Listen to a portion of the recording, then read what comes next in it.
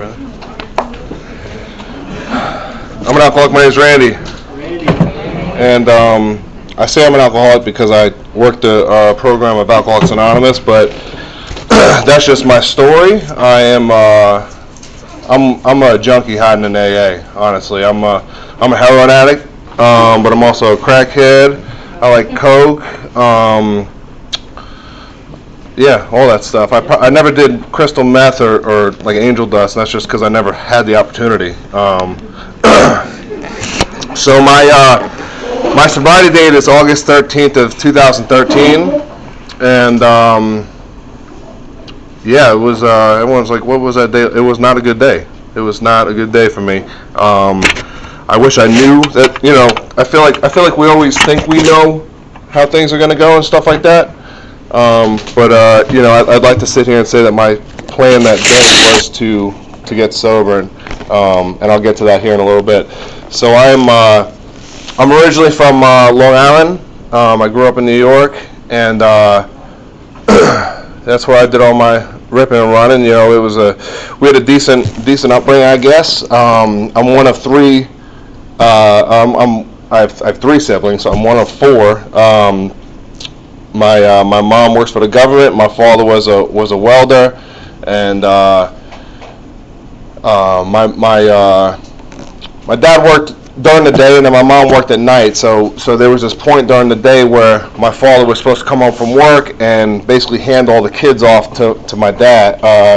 So my mom goes to work at 4 o'clock or whatever it was. My dad was supposed to kind of switch off, and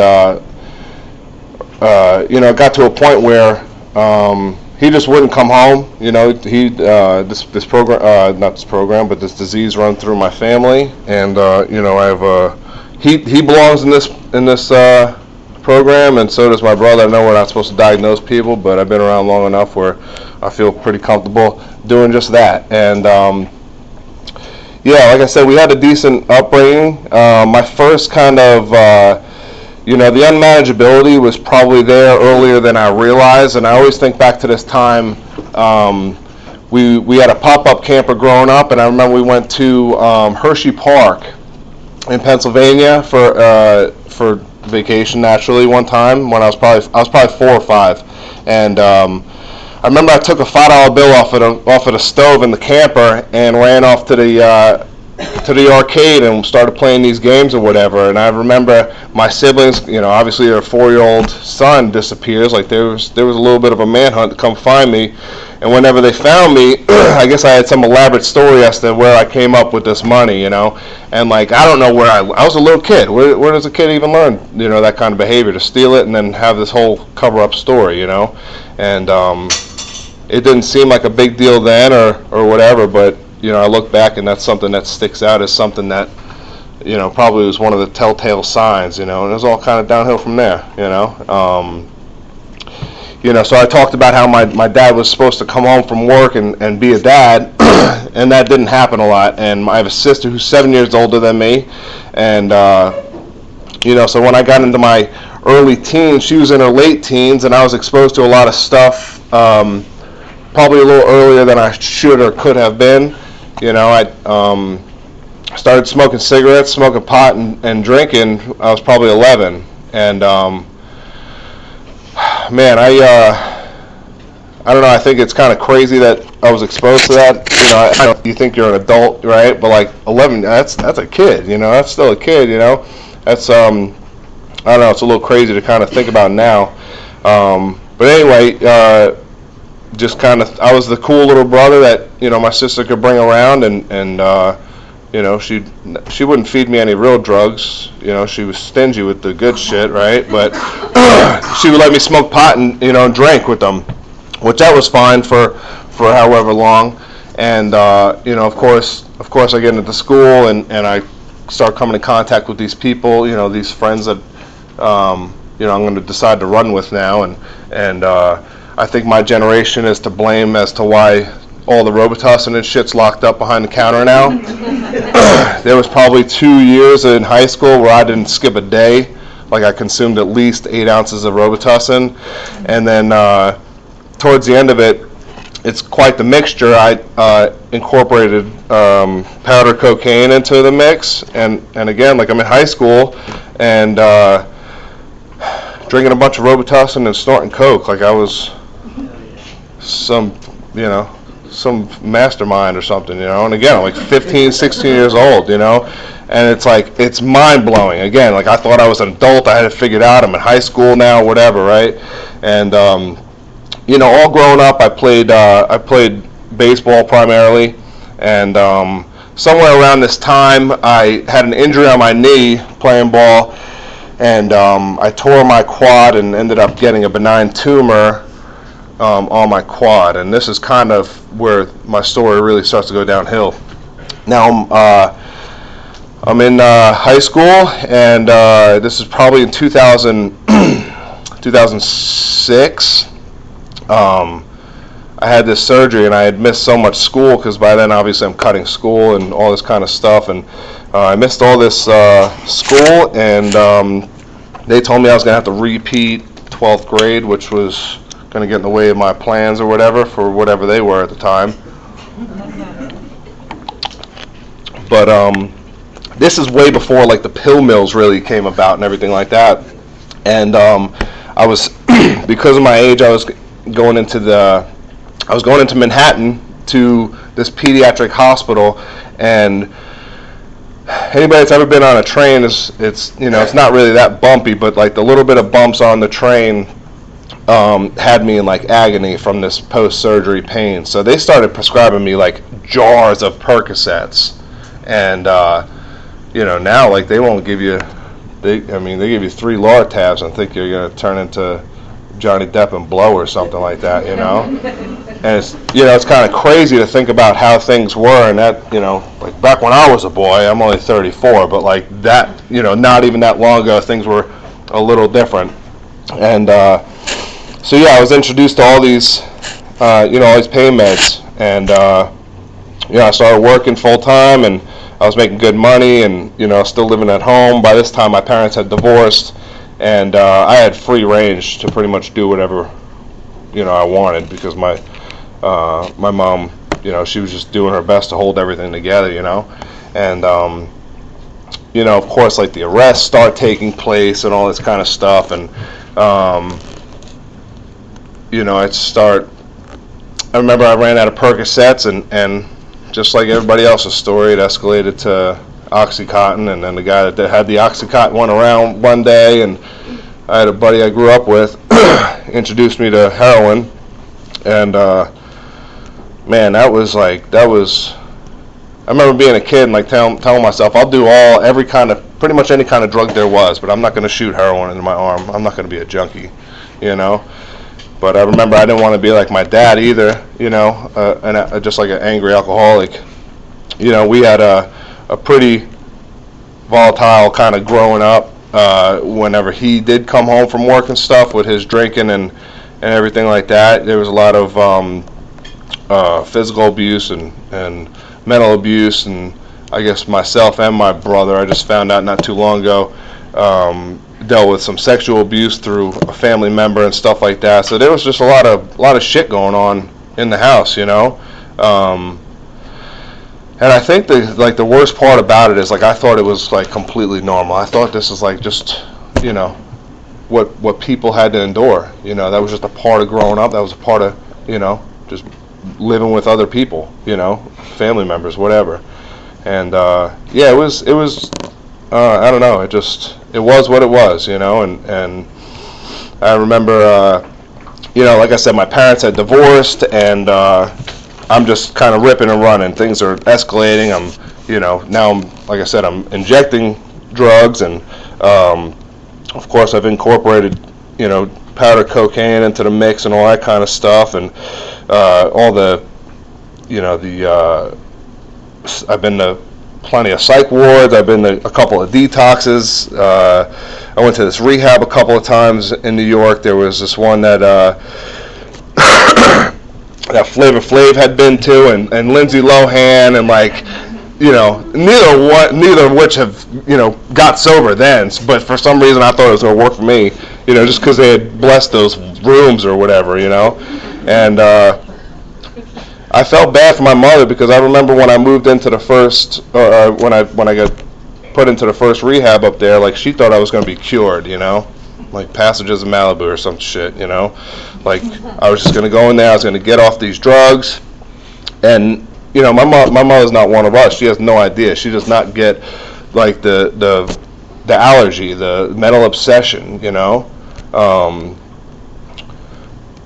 just going down my notes here. So yeah, I moved in, I get into this rehab, and I remember, I love telling this story because of where we're at right now. Like there was some smoking hot chick in there, she's still smoking hot, and we fell in love, you know what I mean, and we get out of the rehab together, and we're gonna get sober, and all this good stuff's gonna happen, and blah blah blah, and like I don't know, 3 days later we were smoking crack, and I had never smoked crack before, right? So I was like, damn, she is like innovative because she brought this can.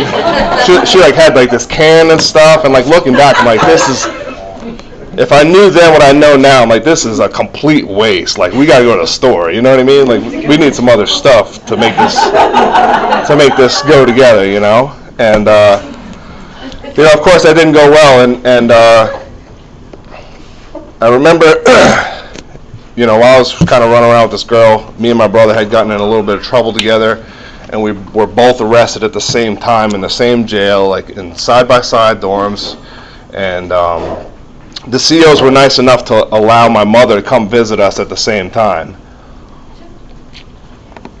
I remember, like, the CO saying to me, like, man, your mom must be really proud of you guys. And I was like, this motherfucker, but like he was 100% right.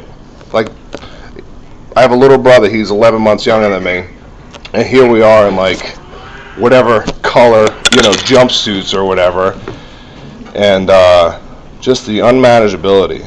Like I was probably 21, he was probably 20, and like how sad for my mom to have to deal with this, and I went ripping and running after that, obviously everybody knew I had relapsed and all that kind of stuff. This is probably the end of 2011, the end of 2010, beginning of 2011, and I remember just kind of dealing with it, My mother had lost the house that she had with my father, and we moved out to this neighborhood that is, I don't know, I guess you can compare it to like Moncrief or something. Like it was just not a good spot to be in, for anybody or whatever, and but you can get out, get whatever out of wherever you're at, I could have got sober there if I truly wanted to, but I guess I didn't, just wasn't in the cards or whatever.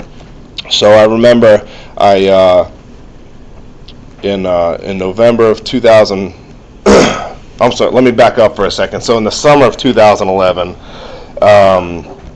I tried to get sober again, relapsed. My mom still thought I was good. I'm still living in her house, and that's why I'm trying to maintain my sobriety. But I remember I had used a dirty needle of my own and gave myself a staph infection. And I didn't realize it was a staph infection until it was far too late. And my shoulder, and mind you, I'm when I'm strung out, I'm skinny like Parrish, My shoulder was the size of my quad, and I just knew something was not right, So I went to the hospital and found out that I had this blood infection. They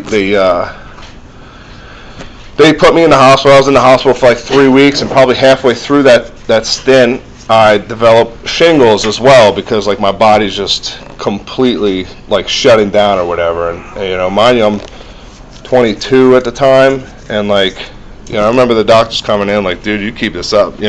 Everyone had realized what took place, and why I was in such bad shape, and they're like, you kind of keep this stuff up, you're probably not going to see 23, and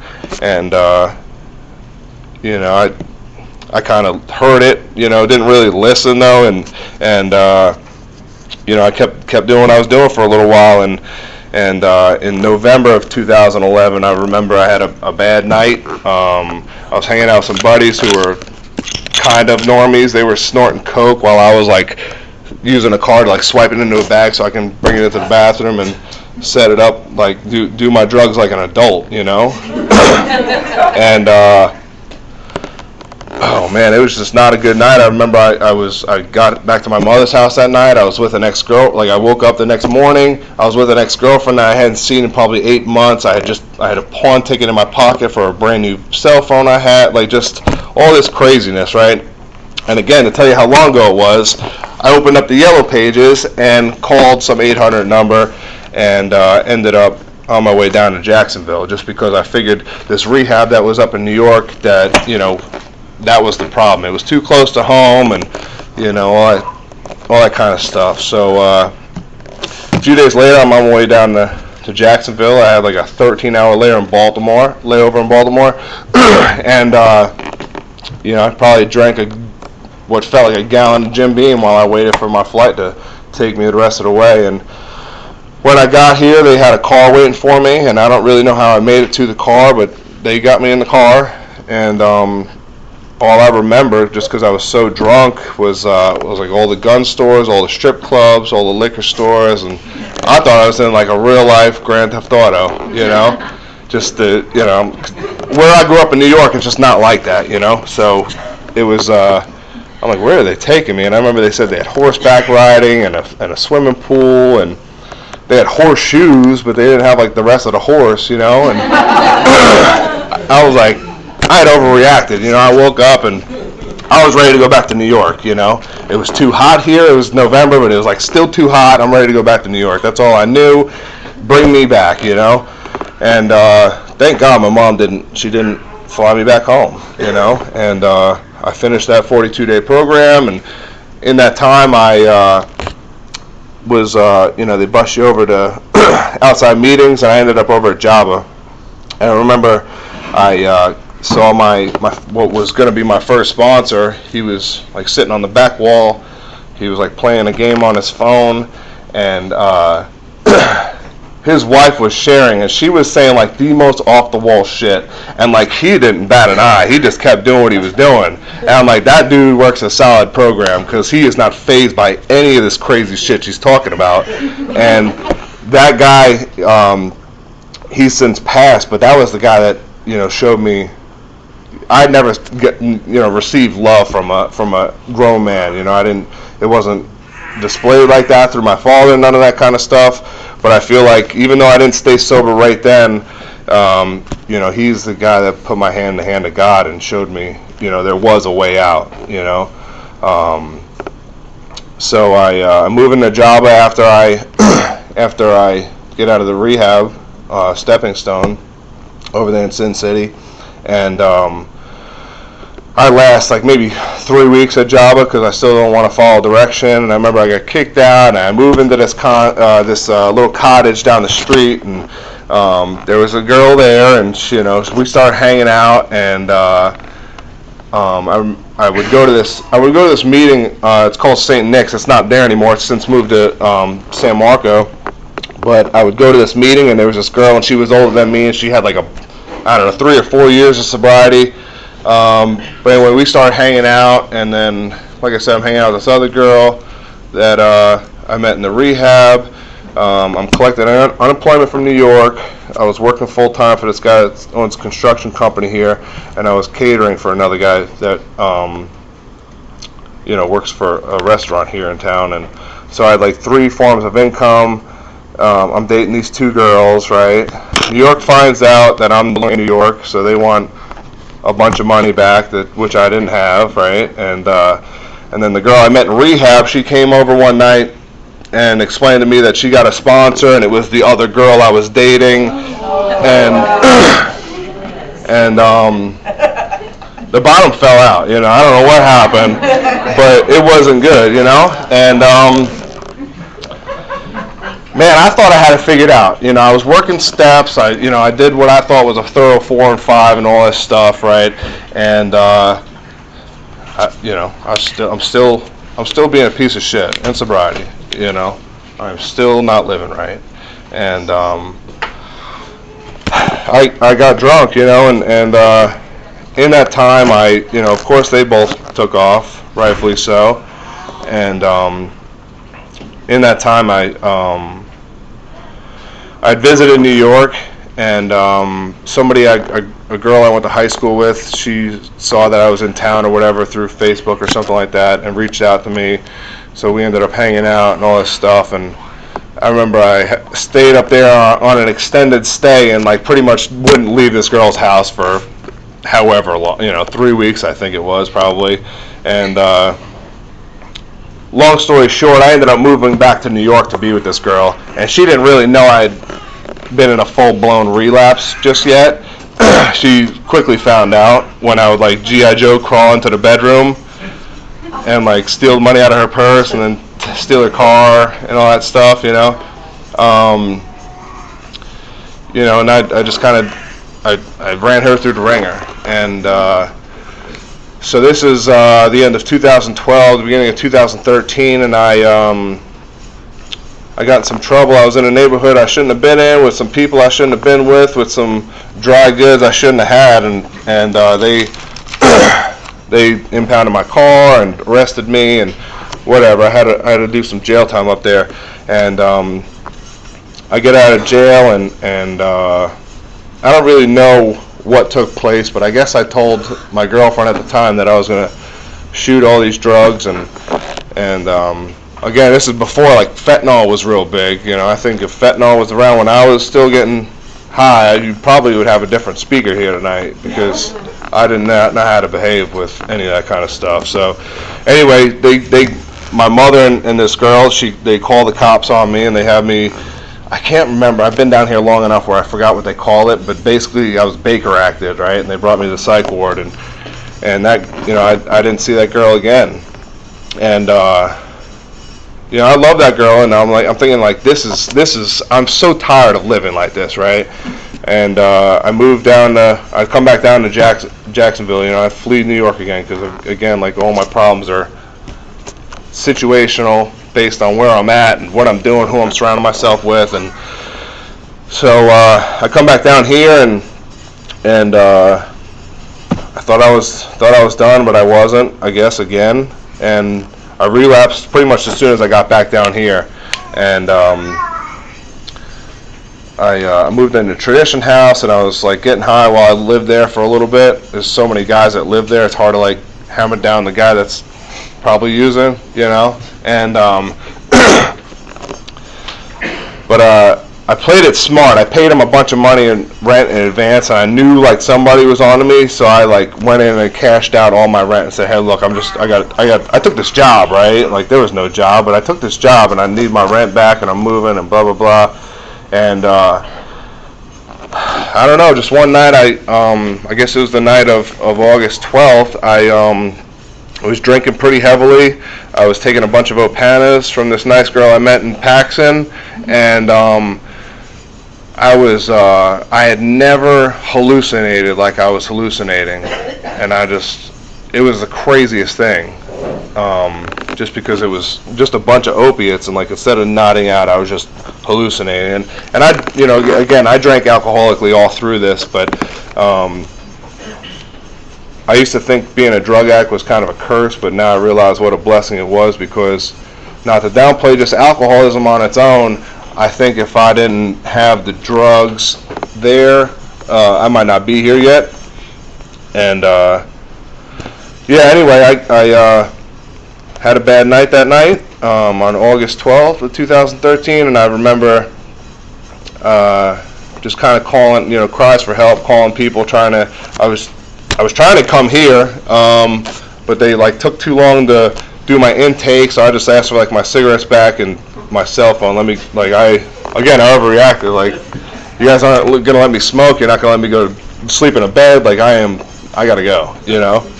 And so in that time, I had moved back down to Jacksonville.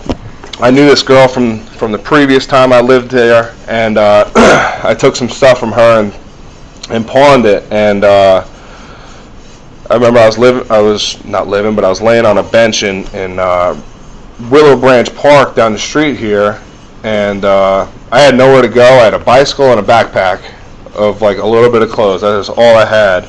And she's arguing back and forth with me. I guess we were talking on Facebook, and my location was on, and she sent JSO to me, and I always joke about like I wasn't arrested, I was rescued, because they locked me up, and it was exactly what I needed right then, and I remember like hating that I got arrested, but thinking to myself like just I don't know, just this weight was off me, like I can breathe, luckily I didn't have a habit at the time, so it's not like I went in and kicked dope again, because I'd done that more time than I like to admit, and that's terrible.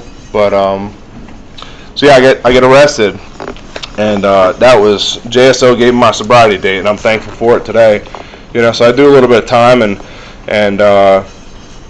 I get out and move back into Java, get kicked out of there for not following direction again, and kind of just bouncing around. I'm a convicted felon now.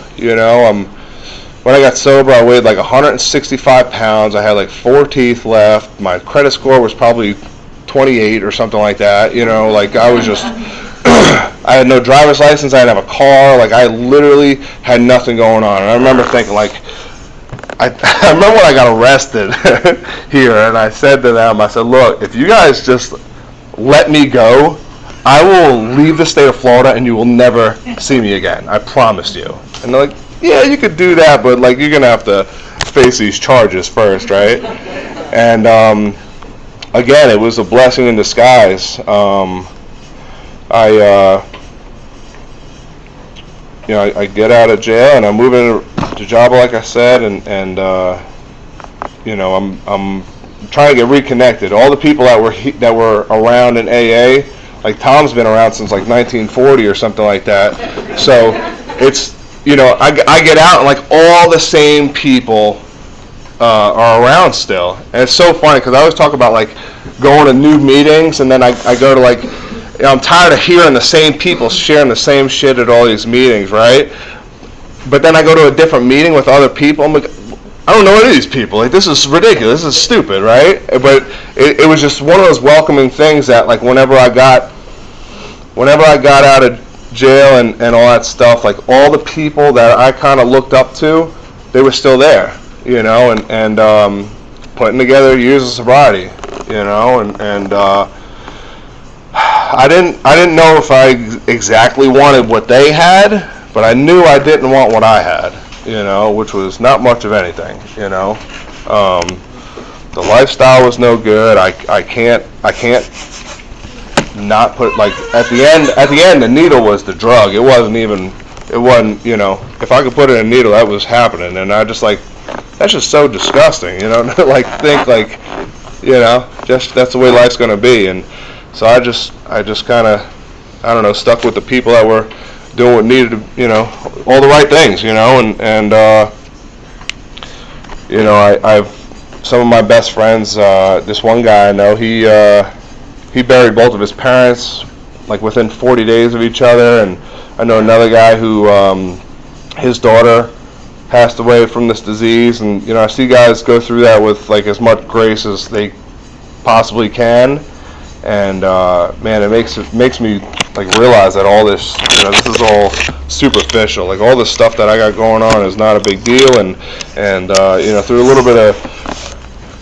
a little due diligence and step work, I can probably, see the other side of this. And so anyway, that's what it was like, and what it's like now is, all the they talk about the promises, and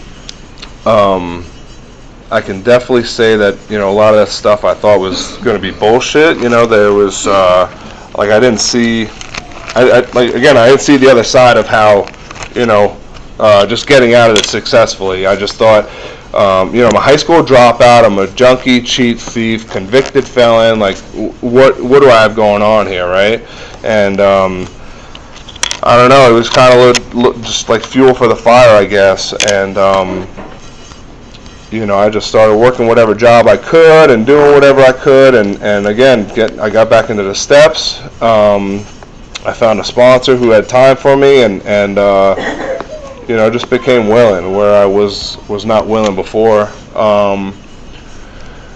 I used to do what they call the AA buffet and like kind of pick and choose the suggestions, where this time I was actually listening to what was laid out in front of me, even if it didn't make sense or I thought it was stupid or all that stuff. Obviously I have an issue with women, so like I knew I had to not do that for a little while,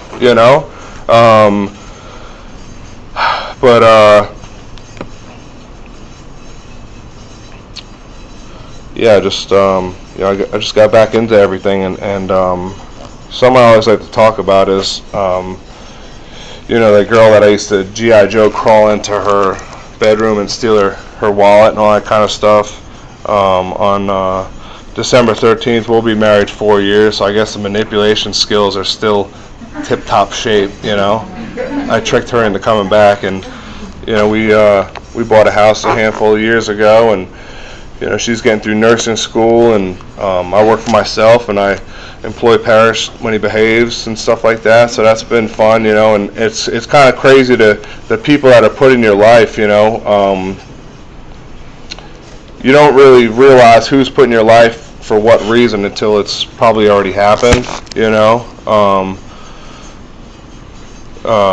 Just the you think you got friends, growing up, these people you go to school with and stuff like that, or the people you did drugs with or drank with or whatever. But the friends that I have in Alcoholics Anonymous today, like the friendships are like, God, it's crazy the relationships I have. There's guys in this program that have keys to my house, keys to vehicles and stuff like that. It's just kind of wild what all has happened for me, and I always like to kind of run through the steps and just kind of how I saw them in my life. The powerlessness part about in the first part, step one, that was a tricky one. Again, from like stealing that $5 out of that camper, I knew there was something unmanageable. I didn't grow up in church. The only time I was ever in church growing up was meetings are in churches in New York. So I'd been to church for that or whatever, or a funeral, So I don't know, I didn't have a huge or a great idea of a higher power. But again, I saw one of my best friends. He's this junkie from New Jersey, and he has like an identical story as me, and he got sober here and started out with nothing, and just seeing where he's at. So like that was something that I saw, and I was like, I guess junkies can get out of that, and then like step 3 was always tough for me, just because of that relationship or lack thereof. If I didn't know what I was praying to, it was always hard for me, like pray to the doorknob or whatever it is. Like I never really could pick up on that, but I could kind of believe that you believed, and that carried me through a lot of my sobriety, and still does sometimes. Step 4 with the inventory, and then telling somebody about it, like that, I don't know, I never really had trouble talking about that kind of stuff.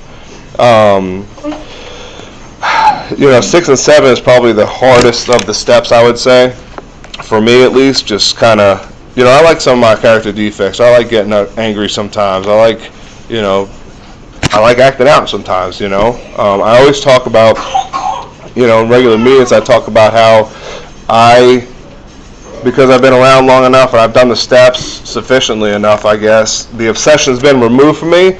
I don't come to Alcoholics Anonymous anymore for my drug and alcohol problem. It helps keep it at bay, but I come here and I continue to come here because I still don't know how to act. I still want to fuck around with my wife. I still want to fist fight people. I want to drive fast. I want to steal from Home Depot. All that shit. That's the truth. That's because that's who I am. That's all I know. Everything I do today is all learned behavior, and I just picked it up in these past 10 and change years. 8 and 9, I don't like doing 8 and 9 either, because I don't want to, again, my pride and ego, I don't want to tell you that I messed up or whatever, I don't know, 8, 9, and 10, it's all inventory stuff, right? Just trying to make things right. My best, what I like to do there is not do anything to have to do any of that step work because I'm lazy. I don't want to do it. So if I just don't be a dick or try not to be, like, I don't have to do that stuff, right? 11 with the prayer and meditation. Again, I don't have a huge God relationship, but I can meditate. I can, I go out on my boat, and if I go by myself or something like that, like, and I have that quiet time, like, that's always, like, I get out there sometimes. I say, man, look at this. This is not. We're not at Target. Like, this isn't man-made. You know what I mean? Somebody made this, and it wasn't us. And I don't know. I always thought of that as like my idea of step 11. That kind of idea. And step 12. This is. People always say, oh, you only got to work step 1 perfectly, and I guess I agree to that. But step 12, I think, is as long as you've kind of got that monkey off your back and the obsession's been removed. 12-step work is what keeps you sober, and it does not have to be doing chairing this meeting or coming to speak here or whatever. I think whenever I think of step 12, I just think about. It talks about practice these principles on all our affairs, like just being a better person. Like, again, I was so selfish and self-centered when I got here that it takes like a real thought to say maybe I should put my shopping cart back instead of putting it in this parking spot. You know what I mean? Like, it sounds stupid, but that is not me. I'm so wrapped around me so that none of that other shit really matters. I think finding something to do other than, it was in one of today's readings about basically finding hobbies and other things to do in AA. You see a lot of old timers typically. They're in AA and that is literally all they do. They go to AA meetings, they go to conventions, they drink coffee with alcoholics, they bitch at clubhouses or whatever they do all day, right? But I think it's super important to find who you are as a person, because if you're anything like me, I started getting drunk and high at such a young age that I had no idea who I truly was, right? So then whenever I did get sober, I was like, damn, I guess I have a classic car that I like to kind of run around in. I like to go fishing. I got a 4-wheeler. Whatever you like to do. I did not get sober in Alcoholics Anonymous to be a slave to Alcoholics Anonymous. This is helping me live the life I think that I was meant to live. It all goes back to just being a better person. I think if you take care of yourself, you can be available to take care of others and just be there for other people. And me and my father had a huge falling out whenever my parents divorced, and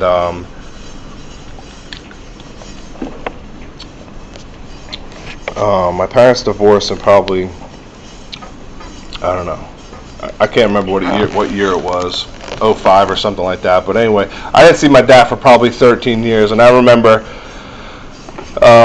this is kind of part of my amends process, and I'll shut up with this. My dad is a big old dude. He's probably in his prime. He was probably 6'3", 260. He was no slouch, and like I said, he's a welder, so he was no, I don't know, I wouldn't have fucked with him, right? But as an adult, I was ready to fuck with him, right? Because of all the shit that had happened when I was a kid, and I remember when I was probably about 4 years sober, something like that. He was coming down from upstate New York, and I was visiting up there, and I remember I was still smoking cigarettes at the time, and I think I smoked a whole pack of Marlboro Reds inside of 2 hours because I knew he was on his way down, and I had every situation going through my head how I'm gonna fold this dude up right here in my mom's driveway, right? Just because of the way he used to put his hands on me when I was a kid, right? And I tried praying on it. I made all kind of phone calls, you guys are gonna have to go feed my dog because I'm about to get locked up here. I'm gonna fuck this dude up, right? And like I all this crazy stuff went through my head. Mind you, I'm like 4 or 5 years sober, or something like that. And man, he pulls up in my mother's driveway on his motorcycle, and he gets off, and I just remember just like breaking down, crying, because he's just a shell of the man I once knew. I didn't see him in so long, and like I guess the power of the program. That's the only thing I can chalk it up to. I wanted to kill this dude for real. I did, and I saw this man, and I just gave him a big hug and told him I loved him, and that's not me. That is not me. Fast forward a couple years, we rekindled enough to where I moved him out of upstate New York, and I went up there with a motorcycle trailer and loaded them all up, and he bought a house in Folkston, Georgia, which is, for anybody that's not from here, it's not, but an hour from here. And again, like, that is not me. And man, I have my faults, you know. I think I'm pretty spiritual, ask Nick, and then I get in traffic, and like I'm 13 seconds sober again, you know. And man, I try to just keep this stuff in check, because I know, like when I was talking about working these jobs and collecting unemployment from a state I don't live in, and dating more than one woman and all this kind of stuff, like when I start living like a piece of shit again, I'm gonna make the full transition, and everything must go. You know, when I relapse, all the cars, the house, all the you know, everything's got to go. And I'm just so glad that when I woke up this morning and I had like $22 in my wallet, I could keep that $22 there. I had a choice this morning. I didn't have to wake up and put it in my arm. And for that, I'm forever grateful for Alcoholics Anonymous, and I'm glad I got to come out here tonight. And Parrish, I hope it's everything you ever dreamt of, right? Thanks for letting me share, guys. Good job. Thank you, Randy. I'm going to put that on. Oh, you turned it off? Okay. Yeah, that was good. I really enjoyed that, Randy. Okay.